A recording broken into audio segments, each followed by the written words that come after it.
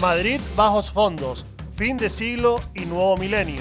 En el capítulo anterior, Madrid era un mapa de identidades. Quién eras, con quién ibas y qué calles podías pisar marcaba el territorio urbano. Pero ese mapa duró poco, porque a finales de los 80 la ciudad entra en otra lógica. Ya no manda solo la pertenencia, empiezan a mandar las consecuencias. Y es ahí donde Madrid cambia de piel para siempre.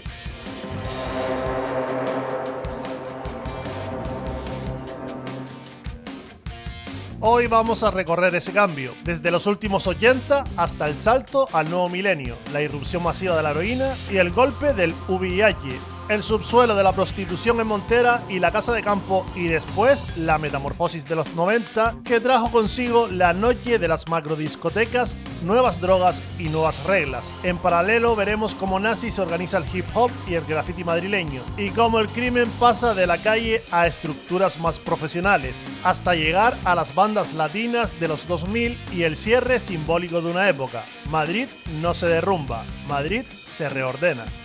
Soy Rorschach narrando desde los bajos fondos.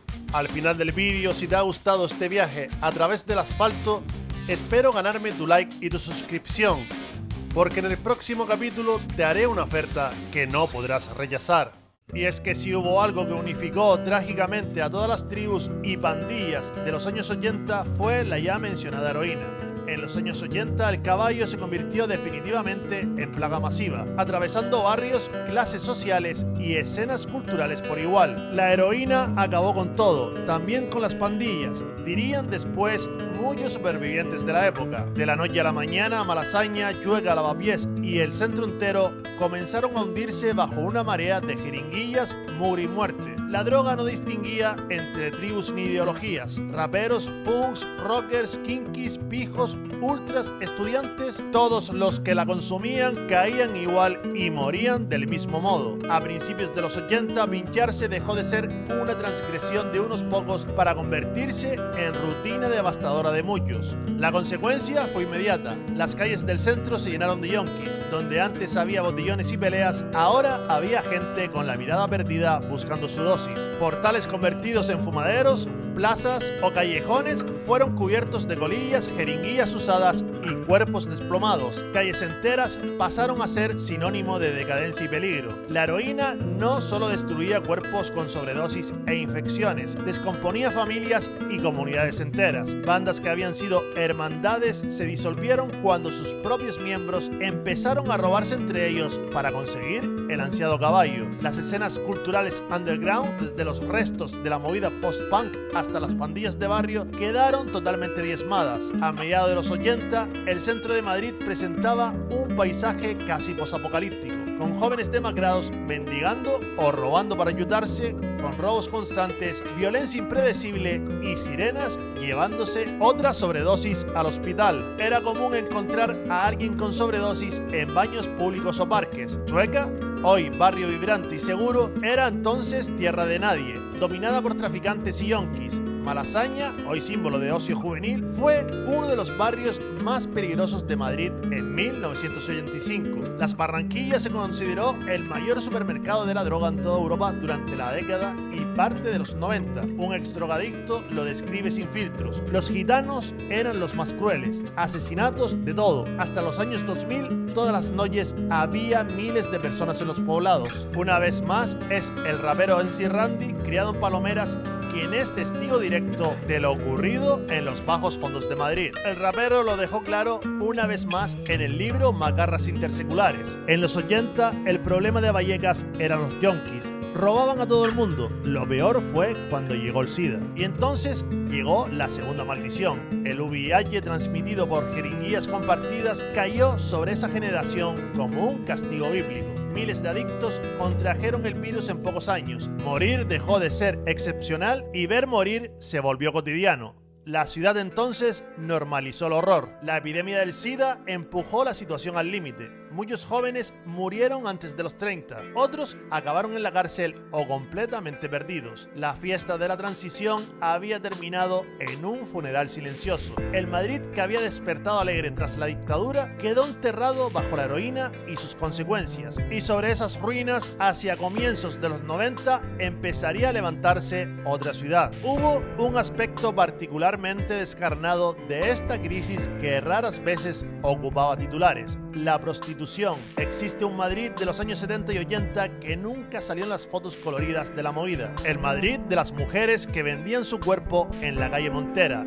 El de las personas trans, entonces mal llamadas travestis, que sobrevivían ofreciendo sexo en rincones oscuros de la casa de campo. El de los bosquecillos donde tras la farra quedaban tiradas jeringuillas y vómitos. Bajo el franquismo, la prostitución se mantenía relativamente clandestina y dispersa. En los 60 y primeros 70 había zonas de meretrices en Sol, Montera y alrededores, pero la moral nacional católica imponía redadas frecuentes y expulsaba a estas personas de las áreas céntricas. Muchas acababan ejerciendo las afueras o en pisos secretos. Con la llegada de la democracia y sobre todo con la irrupción de la heroína, este mundo oculto estalló en plena luz roja. La calle Montera se transformó en el kilómetro cero del Madrid marginal. Decenas de chicas, muchas toxicómanas, se alineaban cada noche bajo los neones ofreciendo sus servicios para pagarse la dosis. Paralelamente, la casa de campo, un enorme campo semisalvaje al oeste de la ciudad, devino un submundo nocturno sin ley. Allí, tras caer el sol, se congregaban prostitutas trans expulsadas del centro,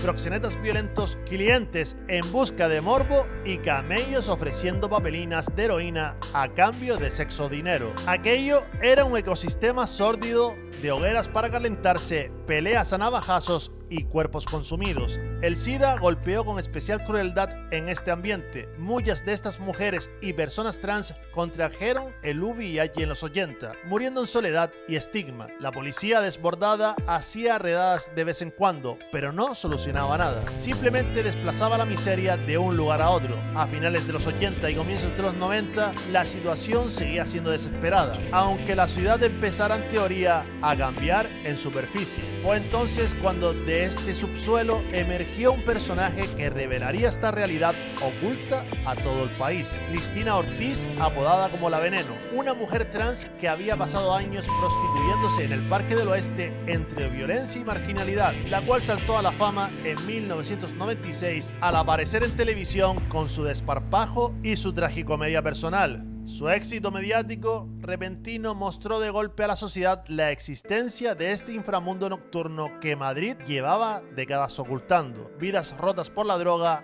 transfobia, abusos policiales y la necesidad de sobrevivir en los márgenes. La Veneno fue a la vez luminosa y trágica, un icono pop y una víctima de su tiempo. Con su historia de glamour televisivo de día y dura calle de noche, Madrid ya no pudo seguir negando sus sombras. Como epílogo de esta nueva etapa, cabe decir que la historia de la prostitución en Madrid no es una nota al pie, sino un espejo feroz del impacto de la heroína, la pobreza y la exclusión. Un capítulo entero del Madrid secreto que late bajo la narrativa principal. Con la llegada de los años 90, Madrid volvió a cambiar de piel. La ciudad, exhausta tras la pesadilla de la heroína y el SIDA, inició una metamorfosis alimentada por nuevos ritmos, nuevas drogas y nuevas tribus. La heroína empezó por fin a retroceder, pero solo dejando tras de sí un reguero de muerte que fue rápidamente reemplazada por las llamadas drogas de diseño. La noche madrileña dejó de estar fragmentada en pandillas enemistadas para convertirse en un ecosistema salvaje integrado, donde todos convivían o colisionaban en los mismos locales al son de la música electrónica emergente. Personajes de antaño compartían espacio bajo una misma ley no escrita, la ley de la supervivencia, la violencia latente y la droga como lenguaje común. La frontera entre la movida rockera de los 80 y la nueva escena rave de los 90 se construyó en discotecas oscuras donde el techno fue desplazando al rock primero tímidamente y luego de forma irreversible irreversible. En esos primeros años 90 nacieron o se consolidaron clubes legendarios como el New World, Attica sobre todo, Radical, Overdrive y muchos otros, que marcaron el pulso de la ruta del bacalao a la madrileña. Entre todos fue Attica el que brilló con luz propia. Situado en un polígono industrial a las afueras, Attica no solo era una macrodiscoteca, era un universo con su propio cielo y su propio infierno, donde retumbaba un tecno salvaje entre humo, oscuridad y un gentío sudoroso entregado al frenesí químico. Allí dentro se congregaba toda la fauna nocturna de la capital, bacalas de gimnasio con el último chándal fluorescente, macarras de la nueva era y pequeños narcos distribuyendo pastillas. Attica era un punto de fusión total, las noches parecían eternas y peligrosas, era habitual salir de allí con la nariz rota, la cartera vacía o deudas inesperadas. La bronca estallaba por cualquier mirada o empujón, y así, entre conflictos nocturnos, nació la cultura bacala, término castizo para el movimiento tecno español que fue tomando forma en los primeros años 90. Al principio, bacalao solo era un sinónimo de música electrónica importada de Valencia, pero pronto llegó la estética. La famosa prenda conocida como Pedro Gómez empezó a hacerse popular entre el bacalaero madrileño. Piercings y gafas de sol, incluso en la noche, pelo rapado con flequillo y cuerpo musculado exhibido bajo camisetas ceñidas. La comunión inicial de la cena, esa fraternidad de rave, donde todos bailaban unidos bajo el subidón del éxtasis, dio paso a una competición permanente por ser el más duro y temido. La droga dejó de ser solo experimentación lúcida para muchos. Se convirtió en un negocio lucrativo. Aparecieron camellos profesionales que montaban sus redes de venta dentro de los propios locales. Los porteros cobraban por mirar a otro lado y algunos camareros traficaban incluso en cabinas de DJ o baños. En ese nuevo ecosistema nocturno, la figura del portero de discoteca tomó un protagonismo inédito. Tipos fornidos en la puerta decidían quién entraba y quién no, pero también actuaban como árbitros y señores de la violencia interna. Muchos eran antiguos macarras reconvertidos que imponían respeto, protegían a los VIPs y repartían palizas si era necesario. En ocasiones, esos porteros eran ley, cobraban por su protección, pactaban con traficantes para dejarlos operar dentro y ejercían de mediaciones en conflictos entre clanes de la noche. Un código tácito regía esas interacciones. Todo el mundo sabía a quién se podía tocar y a quién no. Un error era meterte con la persona equivocada, faltar el respeto o a la novia de un capo. No saldar una deuda de farlopa, todo esto podía costarte caro. Aún así, la impunidad de esos años era notable. Podías reventar a alguien en una pelea y no pasaba nada, porque apenas había cámaras de seguridad y pocas denuncias llegaban lejos. Eso sí, con el cambio de milenio, la ley se endurecería. Las cámaras aparecerían hasta en los baños y la barra libre de violencia iría encontrando sus propios límites. Pero en los 90 la noche madrileña seguía siendo un lejano oeste nocturno. El circuito de discotecas y garitos se extendió por toda la ciudad y alrededores. Además del centro, surgieron polígonos industriales con naves convertidas en afters, fiestas ilegales en naves abandonadas y raves en las afueras. Una juventud nómada recorría la M30 y la M40 de madrugada persiguiendo la última fiesta, lejos ya del viejo barrio de toda la vida. Madrid, que en los 80 tenía su juerga concentrada en Malasaña, Huertas o Chamberí, vio como en los 90 la marcha se dispersaba. Un fin de semana empezaba en un pub de Tribunal, seguía en una macrodiscoteca de Alcalá de Henares y acababa en un after hour clandestino en algún pueblo de la sierra. Era una nueva identidad juvenil, desarraigada del barrio y unida por la música electrónica y la cultura del club. En cuanto a las drogas, cada época tuvo la suya. Si los 80 fueron de heroína y coca, los 90 entronizaron al éxtasis. A finales de la década, las pastillas de MDMA, sobre todo una famosa píldora naranja, se convirtieron en la mercancía estrella, proporcionando subidones eufóricos a toda una generación antes de que entrara el nuevo milenio, y con él otras sustancias más duras como la metanfetamina. La cocaína, por su parte, nunca se fue, siguió presente en los baños de las discotecas y en los reservados de la gente con dinero. La combinación de speed, éxtasis y alcohol definió la ruta nocturna de muchos jóvenes en estos años. años, y alrededor de ese comercio, la violencia encontró nuevos cauces: robos de pastillas entre camellos, ajustes de cuentas entre distribuidores e incluso guerras por el control de las puertas de las discotecas. En este nuevo universo se crearon símbolos curiosos de estatus y pertenencia. Uno de los más recordados fue el famoso y mencionado plumífero Pedro Gómez, una prenda de abrigo de plumas de ganso carísimo de marca madrileña exclusiva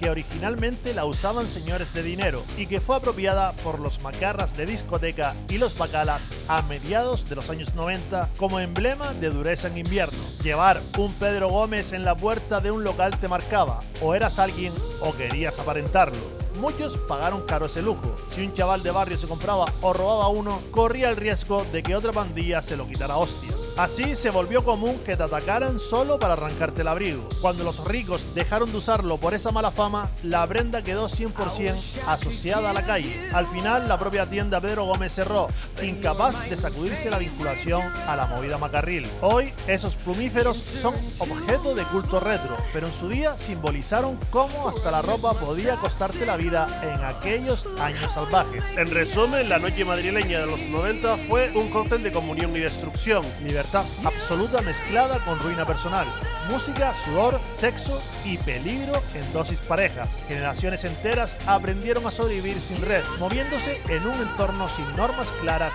más que la de aguantar. Muchos quedaron en el camino, ya fuera por sobredosis, accidentes de coche o violencia. Otros consiguieron normalizarse, crecer y se alejaron de ese mundo. Algunos, los menos, nunca salieron de ese circuito y aún lo añoran. La ciudad entera, en todo caso, quedó marcada por aquel ciclo de excesos. El recuerdo de ese Madrid ya no existe, pero sigue latiendo en la memoria de quienes lo atravesaron y en la cultura popular que lo mitifica. Ahora bien, los 90 no solo fueron una fiesta desenfrenada, también fue la década en que llegó el hip hop a Madrid y con él una nueva forma de enfrentar la dura realidad urbana. De hecho, ya a comienzos de los 80 se había encendido una chispa singular, la base aérea estadounidense de Torrejón de Ardoz, al este de la capital, la cual funcionó como portal de entrada de una cultura desconocida. Aquella base era un pequeño Estados Unidos dentro de España, con supermercados de productos yanquis y música importada. Allí en los 80, jóvenes madrileños de barrios cercanos tuvieron su primer contacto con el rap, el funk, el breakdance y el graffiti. Y es importante detenernos aquí. Cuando hablamos de graffiti en Madrid, no hablamos solo de una moda importada que aterriza de golpe con el hip hop. Madrid ya llevaba un tiempo escribiendo en las paredes, en plena movida madrileña, mucho antes de que el spray se convirtiera en lenguaje global y antes de que la estética neoyorquina se fijara como referencia, un nombre empezó a aparecer una y otra vez como una señal clandestina, casi como un símbolo de la época, y esa es la del Muelle. Detrás de ese alias estaba Juan Carlos Argüello, un chaval de barrio de Campamento que en 1984 inició una revolución callada en las calles de la ciudad. Su firma, repetida, reconocible e insistente, no era un simple garabato, sino un diseño inconfundible. La palabra muelle dibujada de un solo trazo continuo y apoyada sobre un tirabuzón que terminaba en flecha. Aquel símbolo personal apareció en tantos rincones de la capital que su autor decidió protegerlo. Muelle llegó a registrar legalmente su creación como marca propia, primero con rotulador y más tarde con spray. Fue sembrando Madrid con ese emblema. Al principio nadie sabía qué pensar, hubo quejas porque no se le encontraba sentido e incluso la policía llegó a sospechar que podían ser señales de narcotraficantes marcando territorio, pero enseguida se descubrió la verdad. No era ningún código criminal, sino la obra espontánea de un joven tímido y creativo, más punk que rapero, que había adoptado el graffiti como forma alternativa de expresión. Con el tiempo, la firma del Muelle fue evolucionando. De los primeros trazos simples pasó a versiones más elaboradas, añadiendo colores vivos, contornos gruesos e incluso efectos tridimensionales. Cada nueva pieza elevaba el listón y su ejemplo cundió. Muy pronto, otros chavales comenzaron a seguir su estela y a dejar sus propios alias flechados en las paredes. Había nacido el estilo flechero. Decenas de firmas con características punta de flecha inundaron los muros madrileños, un graffiti autóctono de la capital mucho antes de que existiera una escena organizada como tal. Muelle, convertido ya en leyenda urbana, disfrutó un tiempo del anonimato, pero tarde o temprano su identidad salió a la luz. Él mismo se impuso reglas: no pintar en el metro ni en la propiedad privada, buscar muros visibles pero sin afear la ciudad. Cuando los medios finalmente se fijaron en él, alcanzó cierta fama local, aunque nunca perdió su aura de mito de barrio. En 1993, tras casi una década en activo, colgó los sprays al considerar que su estilo estaba ya agotado. Por entonces, el graffiti neoyorquino ya había penetrado en Madrid, siendo asimilado por una nueva generación de artistas urbanos. Muelle falleció apenas 2 años después, en 1995, con tan solo 29 años, pero su huella había quedado indeleble. Hoy, su última firma visible en la calle Montera se conserva casi como un tesoro urbano, y en su barrio de Campamento una plaza lleva su nombre en homenaje al pionero. En definitiva, Muelle fue el precursor de toda una cultura urbana en Madrid. Por eso, cuando el hip hop terminó de entrar, el terreno ya estaba abonado. El gesto de marcar, de firmar o de ocupar el espacio público con un nombre propio ya tenía historia en Madrid. Y así, la historia del hip hop continuó en la discoteca Stones de Torrejón, que se volvió el templo iniciático. Allí sonaban los últimos hits de rap y música negra que los soldados estadounidenses traían en cassettes, y los chicos españoles alucinaban viendo a soldados afroamericanos bailar breakdance con sus zapatillas Nike y sus cadenas de oro. Ir a Stones los fines de semana era como viajar al Bronx sin salir de Madrid. Por allí pasaron quienes luego serían pioneros del rap español,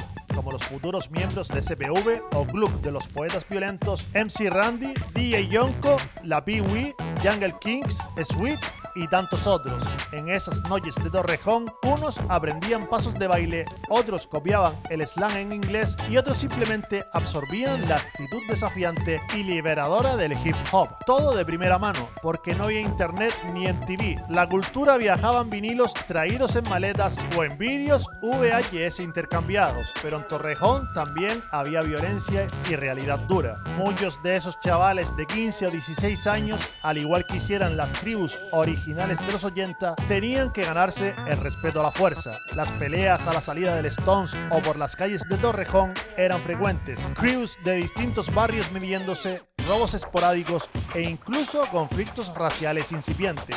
La calle fue su escuela. De ello, varios de los que luego formarían la escena del rap madrileño se foguearon en pandillas y broncas antes que en estudios de grabación. Allí aprenderían códigos de honor a golpes. Había una mezcla racial y social inédita. Españoles, hijos de militares americanos con madres españolas, dominicanos, chavales negros. La música unía lo que la sociedad separaba. El cine haría el resto. Películas como Beat Street o Breaking llegarían a los videoclubs a mediados de los 80 y terminaron de desatar la fiebre. De pronto, en barrios como Aluche, Carabanchel, Chamartín o el Centro, se veían chavales con radiocassettes bailando o pintando sus primeras firmas con rotulador en farolas y paredes. Y esa fiebre conectaba con algo que Madrid ya llevaba dentro: la obsesión por dejar rastro. Si Muelle había abierto una puerta, la de convertir la firma en presencia en eco urbano, ahora el hip hop la empujaba de par en par. El graffiti se mezcló con el breakdance, con el rap y con el DJ, y la calle empezó a funcionar como escaparate, ring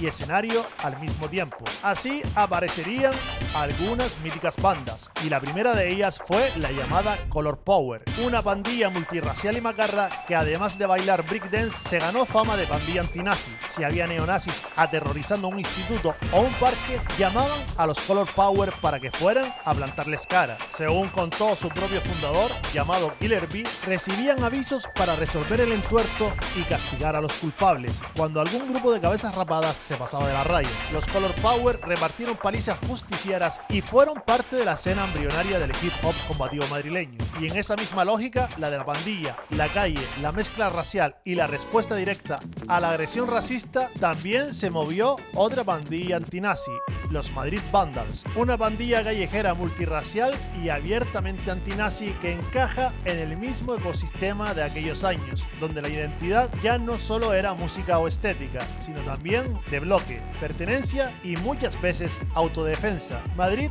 estaba pariendo nuevas tribus urbanas, y algunas ya no se limitaban a bailar o a vestir distinto, sino que también se organizaban para sobrevivir a la calle que les había tocado. Uno de sus miembros, Miguel, resumiría años después la ética callejera de entonces: ser de la calle es una actitud, no te la da el dinero ni la ropa. Es decir, el macarra no es solo aquel que delinque por necesidad, sino que puede serlo cualquiera con la mentalidad adecuada. Y como hemos visto anteriormente, puede serlo casi cualquiera, incluso un pijo.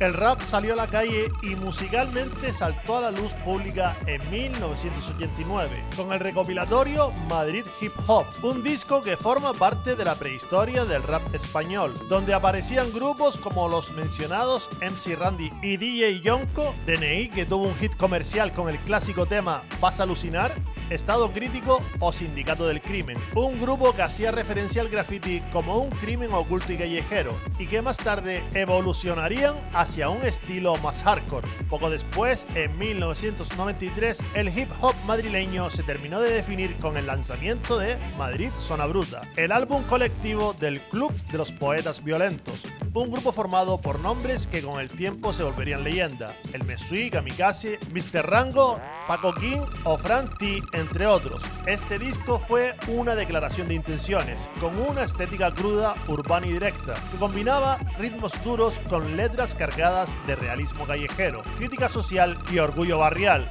Las bases eran densas, sampleadas del funk y del soul clásico, mientras que las rimas dibujaban una ciudad áspera, llena de contrastes y tensiones. Con este trabajo, Madrid se consolidó como la capital indiscutible del rap en español, marcando el inicio de una nueva era en la música urbana del país. Sin embargo, esta visibilidad también trajo conflicto, ya que no fue solo a neonazis contra quienes se enfrentaron los variopintos b-boys madrileños. A principios de los 90, la curiosa figura del pijo violento, aún presente en los bajos de Madrid, comenzaron a organizarse para agredir a raperos en las calles. Como resultado, apareció una canción titulada como Ey Pijo, de MC Randy, que refleja ese enfrentamiento de clases en clave hip hop. Ser rapero en ciertos barrios de Madrid hacia 1990 implicaba exponerse a palizas gratuitas de estos grupos con complejo de matón. La escena hip hop, no obstante, creció bajo tierra pese a todo. Tras el breve boom comercial inicial, la industria musical dio la espalda al género a mediados de los 90, considerándolo ya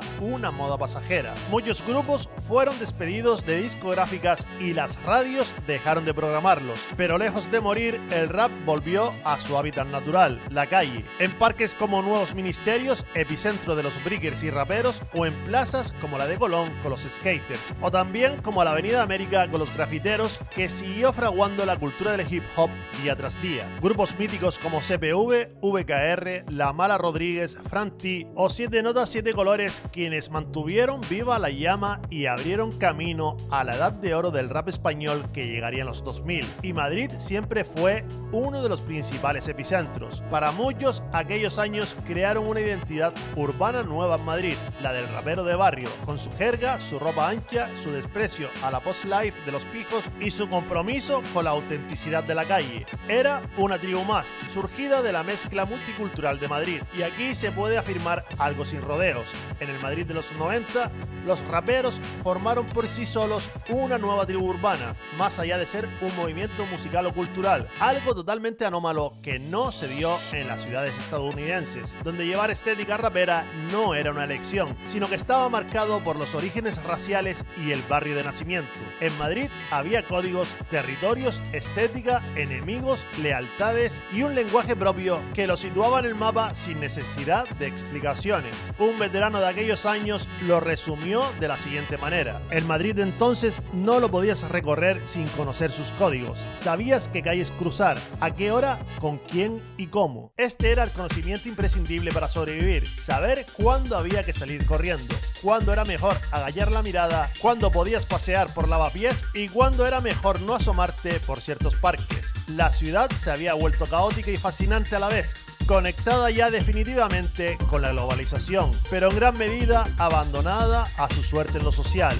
El viejo Madrid de la movida ingenua había muerto. En su lugar había nacido un Madrid aún más duro, contradictorio y vibrante, hecho de sirenas policiales, pintadas en los muros, música estridente y amaneceres sin dormir. A finales de los 90, esa transformación era ya irreversible. La cultura de la calle seguía viva, pero había dejado de ser suficiente para explicar lo que estaba ocurriendo. Porque mientras el hip hop, el graffiti y las últimas tribus urbanas resistían en las plazas y los parques, otro Madrid estaba creciendo en paralelo. Un Madrid donde la violencia dejaba de ser ritual, donde el respeto ya no se ganaba con estilo ni con palabras y donde el negocio empezaba a imponerse sobre la identidad. La ciudad estaba entrando en una nueva fase.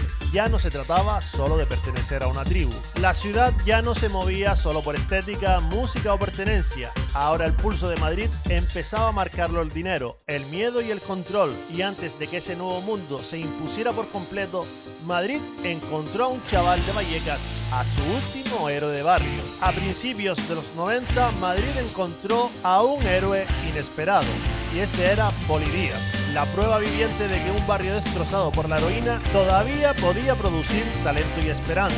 Heredero directo de la pobreza de los 70 y superviviente de la destrucción de los 80, Poli encarnaba el espejismo de los 90, la ilusión de que aún era posible salir del fango sin renunciar a la calle.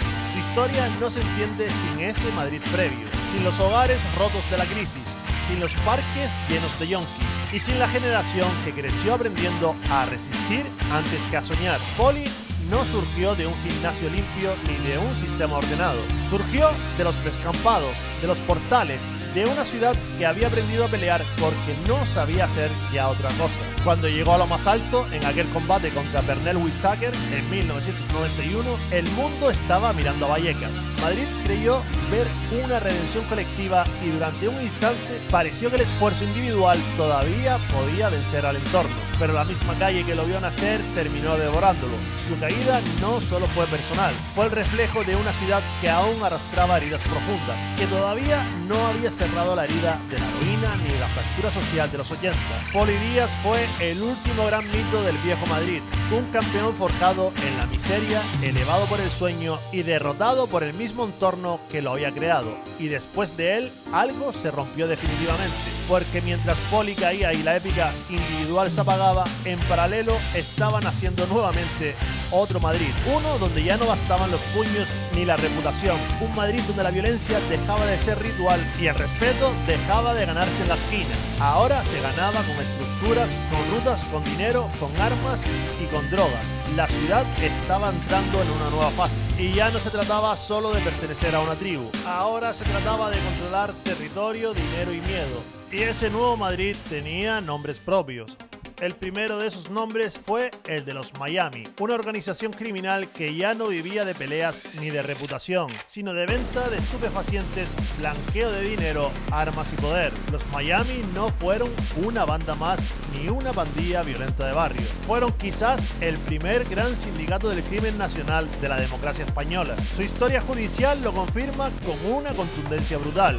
El conocido caso de los Miami desembocó en uno de los mayores juicios de narcotráfico de la historia de España, celebrado en la Audiencia Nacional entre marzo y abril de 2023 y una causa monumental de 386 tomos. La Fiscalía acusó hasta 81 personas por una cascada de delitos que dibujan el verdadero rostro del grupo: tráfico de estupefacientes, organización criminal, blanqueo de capitales, tenencia de armas, fraude fiscal y falsedad documental. La sentencia condenó finalmente a 72 miembros y ordenó el decomiso de más de 25 millones de euros en efectivo, además de inmuebles, joyas de lujo, joyas, relojes, lingotes de plata, motocicletas, armas de fuego y cientos de teléfonos móviles. Durante los años 90 y 2000, los Miami levantaron una gran estructura económica que conectaba a Madrid con grandes circuitos internacionales del tráfico de narcóticos. Su organización manejaba importaciones, distribución, blanqueo y reinversión sistemática del dinero sucio en negocios legales, propiedades inmobiliarias y sociedades pantalla. El delito dejó de ser impulsivo y pasó a ser administrativo. El crimen empezó a vestirse de despacho, contabilidad y abogados. Su poder fue tal que su nombre dejó de designar solo a un grupo concreto y empezó a funcionar como una marca. Muchos delincuentes de la ciudad decían ser de los Miami simplemente por el simple respeto. El mito se volvió más grande que el propio grupo. En los barrios, en los juzgados y en los informes policiales, los Miami ya no eran solo personas, eran un concepto.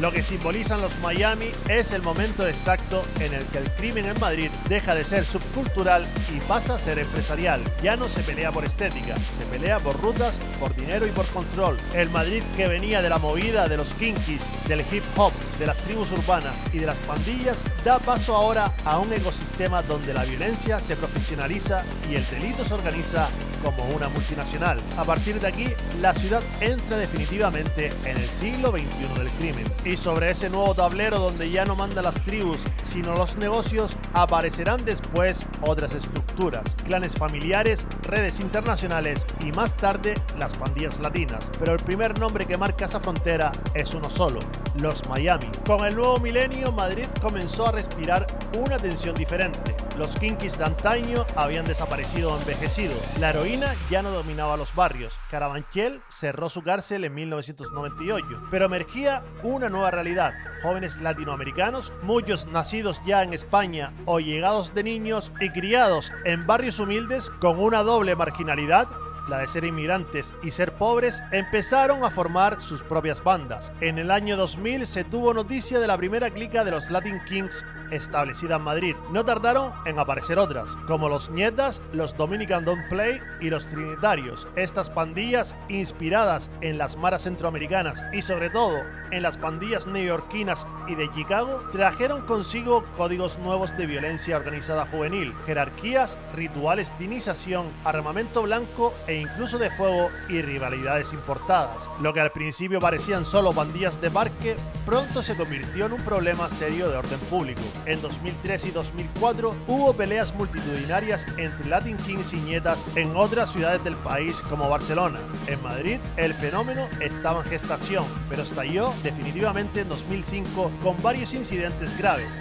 Aquel año, en menos de 2 meses, ocurrieron al menos 2 eliminaciones relacionadas con bandas latinas en la región. Las víctimas fueron chicos muy jóvenes, apenas adolescentes, que fueron acuchillados en reyertas entre clanes rivales. La policía reaccionó con operativos especiales y detenciones masivas. De pronto, chavales de 14 a 18 años eran esposados en redadas en plazas y metros. Si no actuamos ya, estos jóvenes dominarán la calle, advertía un portavoz policial en 2005. Hacia 2007, las cifras confirmaban la magnitud del fenómeno. Más de 1 millar de miembros de bandas latinas fueron identificados oficialmente en Madrid y se llegaron a atribuir varios homicidios anuales relacionados con estas pandillas a finales de esa década. La sensación en muchos barrios era de que había surgido una violencia importada y especialmente cruel. En realidad, muchos de estos chicos latinos reproducían patrones muy similares a los kinkis españoles de los años 80.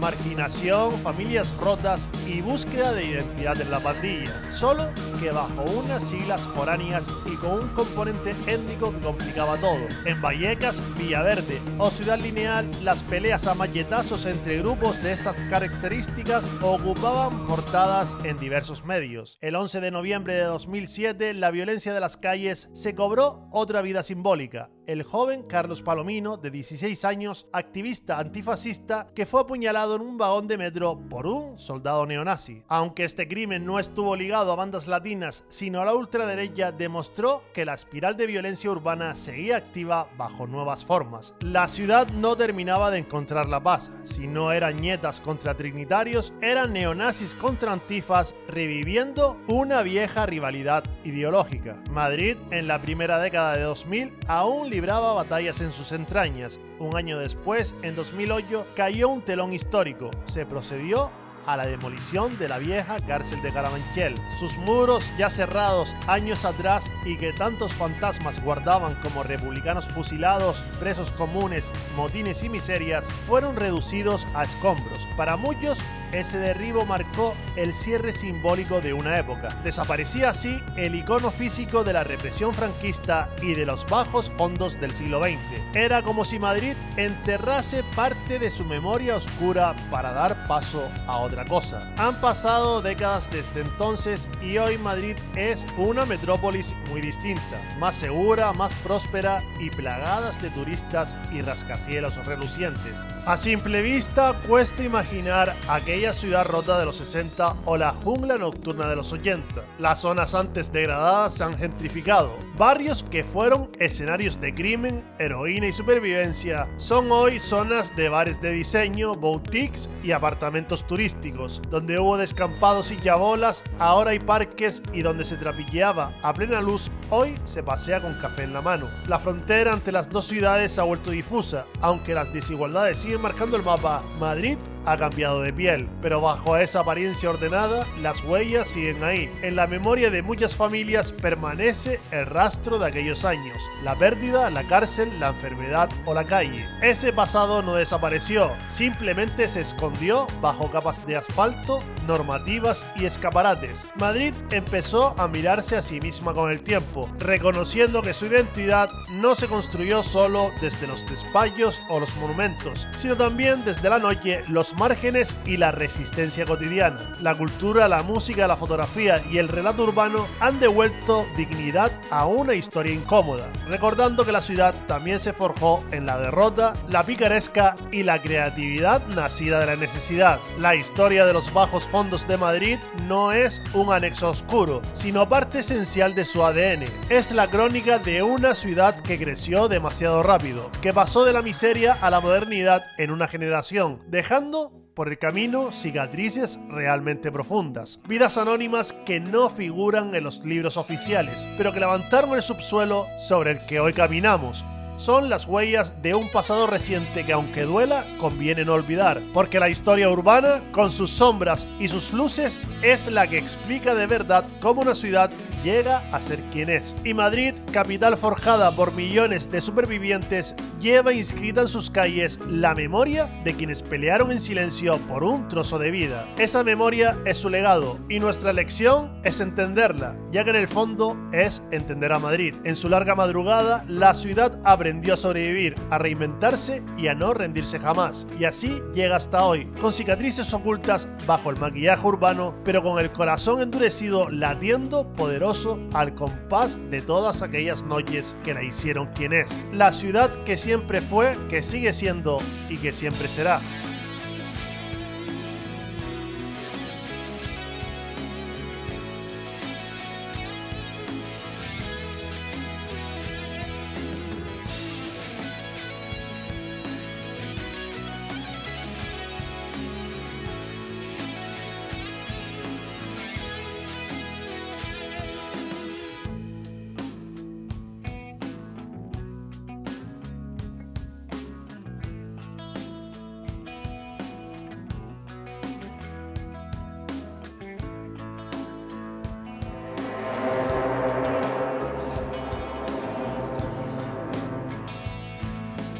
Y recuerda que darle a like y suscribirte me ayudará a seguir creando contenido similar a este, o de lo contrario, te haré una oferta que no podrás rechazar.